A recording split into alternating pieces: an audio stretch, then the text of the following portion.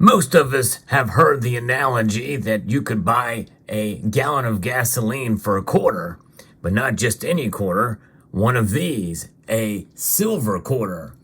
Well, I'm going to take that analogy to the next level in this video that proves that silver indeed does preserve your wealth. I'll explain as we explore.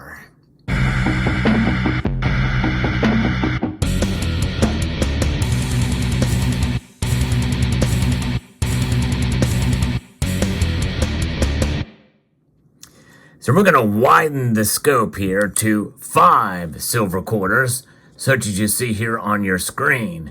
Now, a little disclaimer here, because we have to step outside of our own personal experience to really get what this analogy is all about.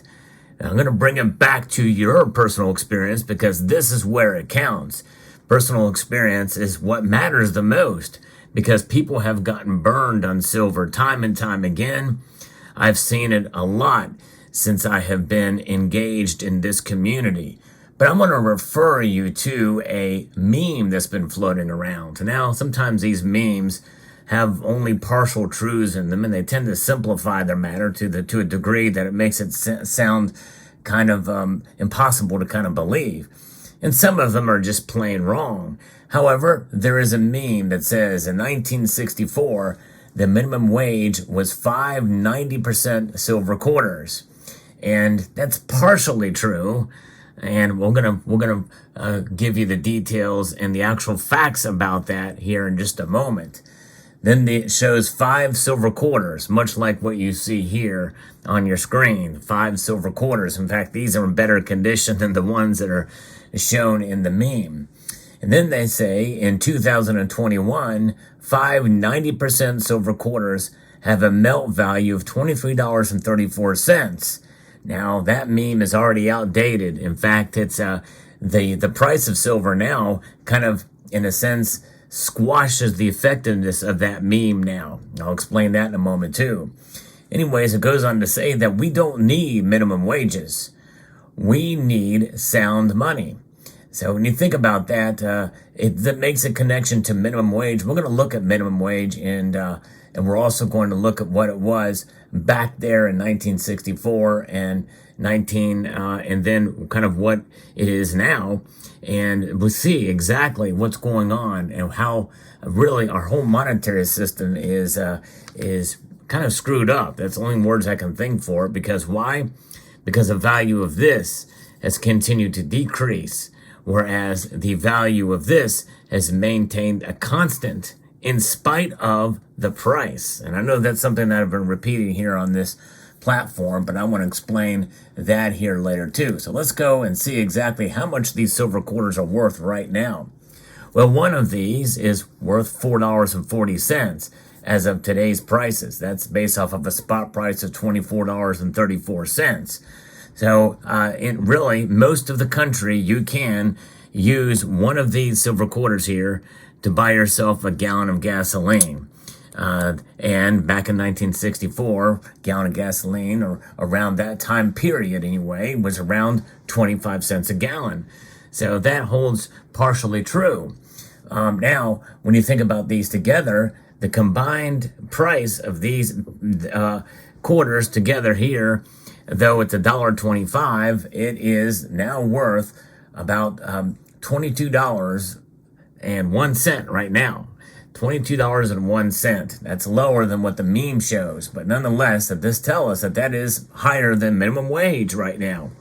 So in reality, if you were going to be paid in 5 silver quarters now, working a minimum wage job, you'd earn much more than minimum wage, which harkens back to what this meme says, that we don't need minimum wages, we need sound money.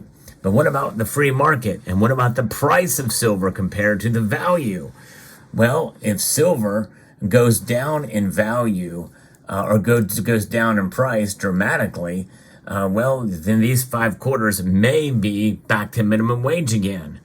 But nonetheless, I think even if that were the case and they would go down to, let's say, $14, $13 for these 5 quarters, or $10 per, let's say $10 per dollar, and then you've got 10, and then you've got the 12.50 here, what have you.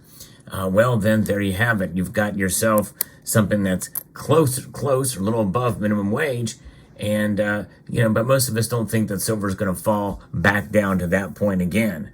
The point is even though the ebb and flow of silver prices is something that's frustrated to buyers, and it does not seem to be something that's very steady and something that's more constant, like the dollar is constant. The problem with the dollar is it is inflating. It is inflating, which means that the value is deflating. And that means it's losing its strength in terms of its purchasing power.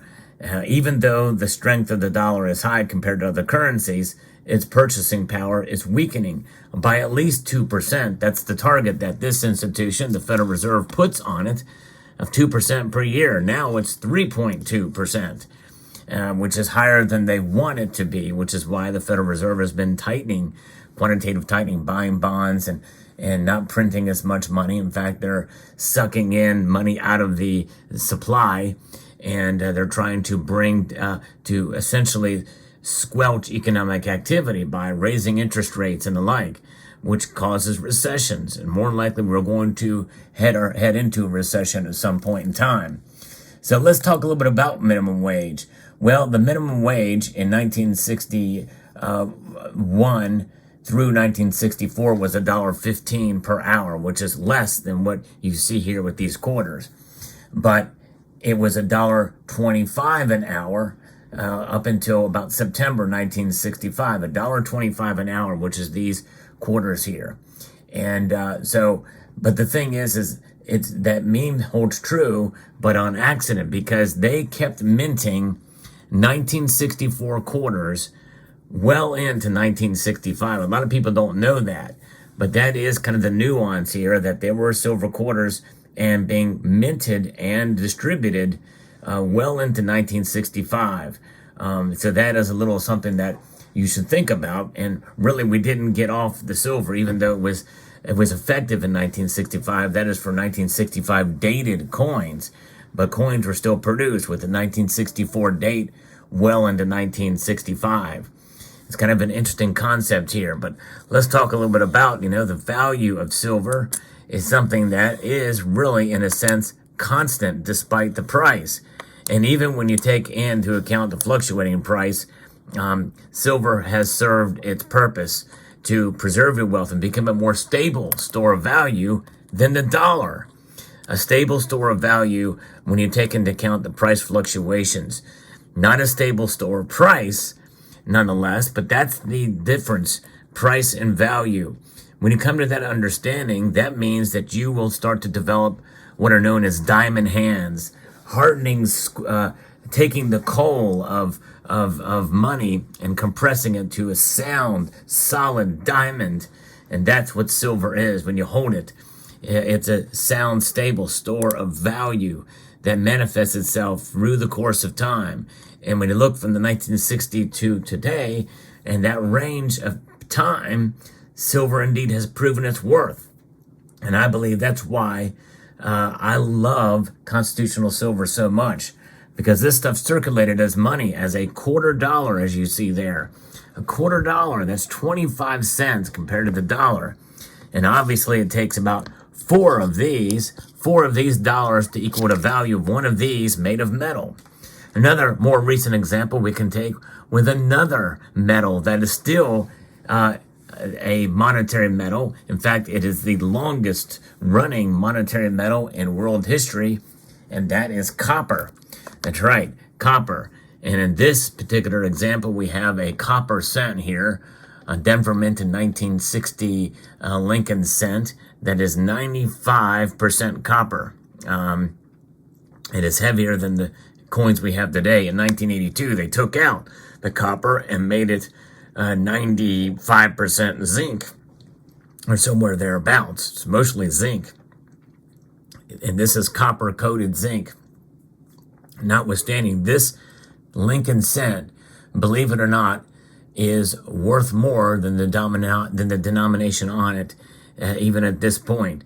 that goes to show you that our money is inflating so fast that even the base metals are worth more than the dollar amount stamped on them. And I think this is why the founders had it right in Article 1, Section 10 of the Constitution that made gold and silver money in the United States. And I really do think that probably should have included copper in there, but nonetheless, copper indeed is a metal that has proven itself, Constitution or no. And constitutional mandate or no, silver and gold prove themselves as monetary metals. And I think that's an exciting proposition. I think that's something that we need to really embrace here. And I want to encourage you as silver stackers that no matter what your experience is in purchasing these metals now, as many of you watching this video are probably newer stackers. What is a newer stacker in my mind? Somebody that started stacking after the year 2020. Now, because it's a little different market. In fact, it's a lot different market than it was before 2020 for various different reasons. But nonetheless, you will witness price fluctuations in the metal. You will experience loss. You will experience gains whenever you purchase your metals. In the end, it will work itself out for your personal experience to preserve your wealth if you utilize dollar cost averaging or a variant of it. And so you buy on the regular and you pick times when you can do it based off of your own personal budgetary constraints and limitations and options that are out there, opportunities that it can provide to you to make a buy. And then you buy for the lowest price possible above spot if you can for a pure stacker, as in a pure stacker mode, and then you'll be doing well to preserve your wealth, even with premiums tied to silver. But you have to think strategically in this kind of way. You should not be making bulk purchases, especially when the price is high. I've seen many people get burned in that level time and time again. It's about being consistent and taking your unsound money, which are dollars, and converting them to sound money. And because in the end, that's what it's about.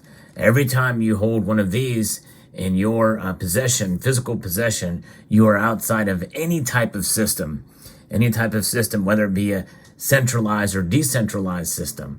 To me, that is extremely powerful. You hold the power of your purchases in your hands with the silver.